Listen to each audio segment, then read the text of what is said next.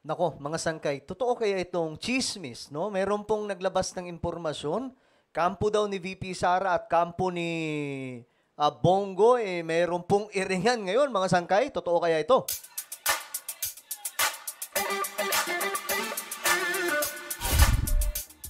So hello, what's up guys? This is me, Sangkay Janjan, at vlog po tayo ngayon. Pag-usapan po natin, mga sangkay, itong patungkol sa kumakalat na chismis.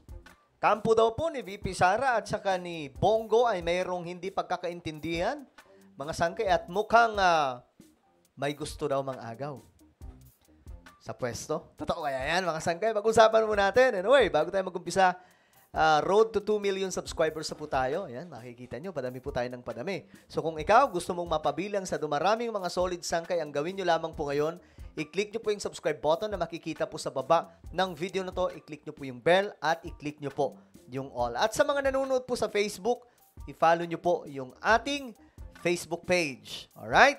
So shoutout po sa lahat ng mga solid sangkay na nanonood ngayon. Comment down below. #solid sangkay kasama po ang inyong mga lugar. Okay guys, alam nyo, ngayon kasi si Bongo ay nasa top place sa mga survey. Pag hindi number 1, number 2, number 3, number 4, dyan po naglalaro ang pangalan niya, mga sangkay.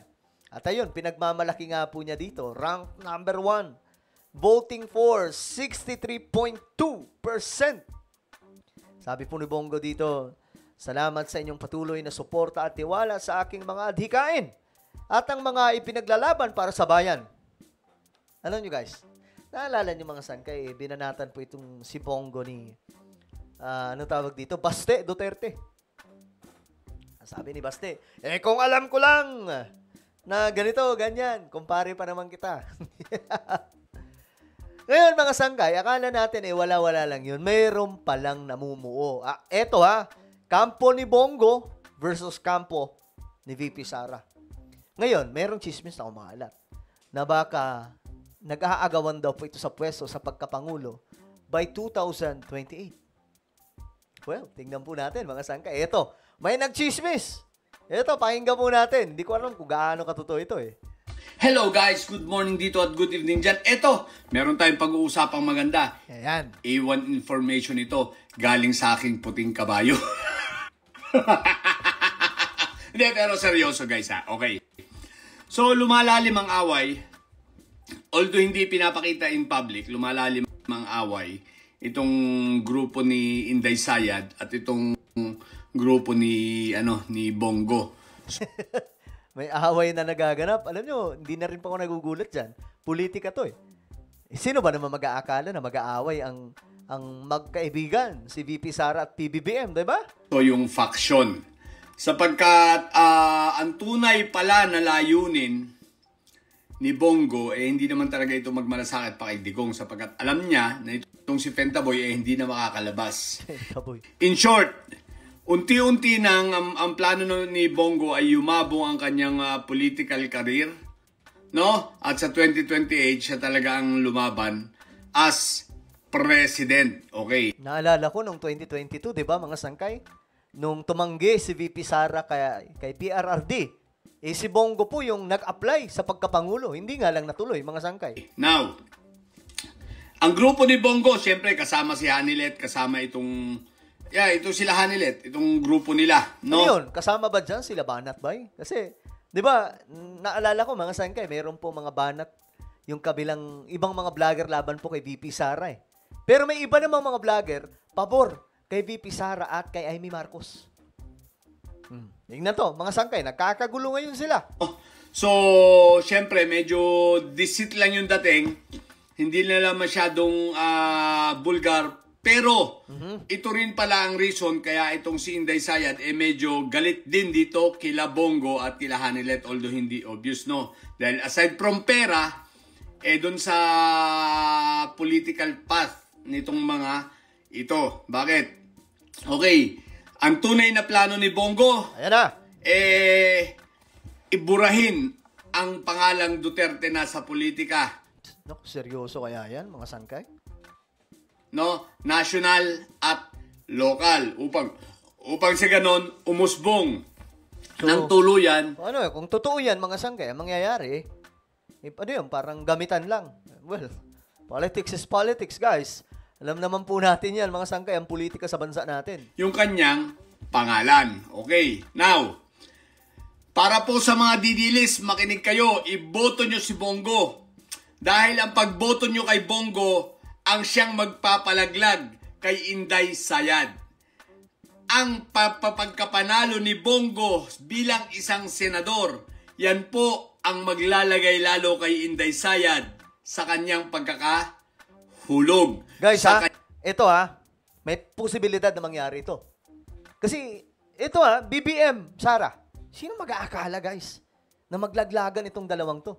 So, hindi malabo, lalo na si Bongo at VP Sara, wala naman po silang personal na relasyon, maliban na lamang po sa pagiging bata ni Bongo kay former President Rodrigo Duterte, di ba?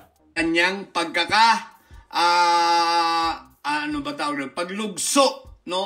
Sapagkat si Bongo, malamang-lamang po sa impeachment, boboto po yan ng sasabihin niya kunwari dahil sa ebidensya, baka boboto po yan ng pro-impeachment. Yan po ang dahilan kaya hindi ini-endorso ni Inday Sayad itong si Bongo. Nako. Although sila ay may pagpapakita dahil sama-sama sa PDP, nagpapakita lang kunwari na sila ay nagkakaisa. Pero ang realidad, wala na ho silang pagkakaisa. Hindi nyo ba napansin? Wala na silang mga motorcade at mga rally nila. Di ba nagkakanya-kanya na sila sapagkat nagkaroon na ho ng paksyon. No, may paksyon na ang PDP. Merong pumapanig dito kila Bongo, may sumasama at may sumasama naman dito sa panig ni Robin Padilla, kasama sila Inday Sayad. Actually, nakikita ko yan ngayon, mga sangkay. Nakikita ko, I'm not saying na itong sinasabi, talagang ito na ang totoo, pero ang kapansin-pansin kasi ngayon, mga sangkay, yung kabilang, may mga vlogger mga kaibigan po akong mga vlogger sa kabilang side at wala naman po kaming problema. Pero may mga nakikita po akong kakaiba. Yung ibang mga vlogger na DDS, pabor kay VP Sara at kay Amy. Pero yung kabila, mga sangkay, yung mga kumukontra. Okay, tanyo mga sangkay, mukhang totoo Mukhang totoo, di umano itong mga sinasabi ni Sir.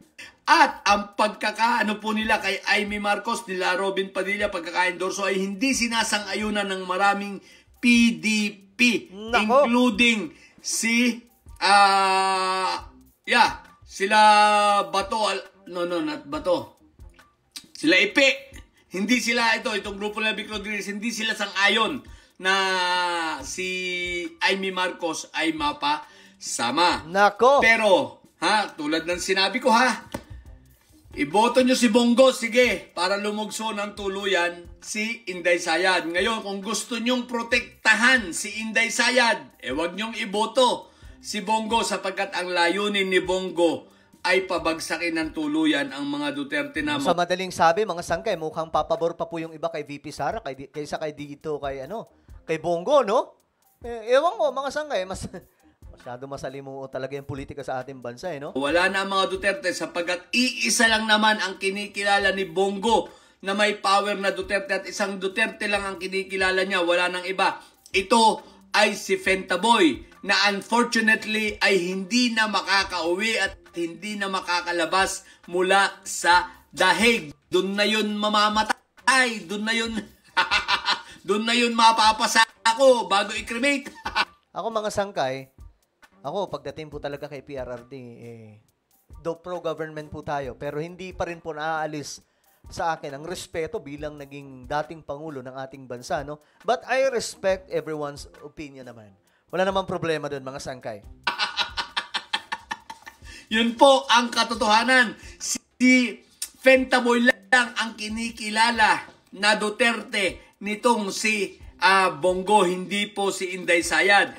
Kaya ang magiging pagkapanalo ni Bongo sa Senate seat, sa pagkasenador, paglugso lalo nitong si Inday Sayad. Kaya kung kayo'y nagmamahal kay Inday Sayad, di ko may imagine, mga sangkay, no? Pag nangyari yan, talagang mayroong hidwaan na maganap by 2028, Bongo versus Sara, nako po, panibagong pasabog na naman yan. Magdesisyon kayo ngayon. Yan ang dahilan kaya hindi ini-endorso ni Inday Sayad si Bongo. Sapagkat alam nila. O ano, hindi pa ini-endorso ni VP Sara eh. Dahil may awayan na po ang pamilya patungkol sa pera at mga manahan. Siyempre, hindi lang sa inyo ipinapakita pero may nangyayari ng awayan. Okay? So, kayo ang magdesisyon, mga total, pare-parehas naman kayong mga bobo na mga didilis. Grabe naman yun. At pare-parehas naman kayong may sayad. Mag-away-away kayong mga may sayad, kingin nyo. Well, ano sa tingin nyo guys? Kayo ba yung naniniwala?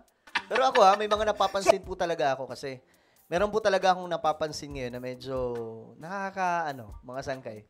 Kumbaga, palaisipan eh. May kontrahang nagaganap. Kabilang side at kakampi naman po ni VP Sara. Well, ano po ang inyong opinion? Grabe yan, mga sangkay. Malaking pasabog to. I-comment nyo po sa ibaba ang inyong mga opinion. Ako na po ay magpapala. Mag-ingat pong lahat. God bless everyone.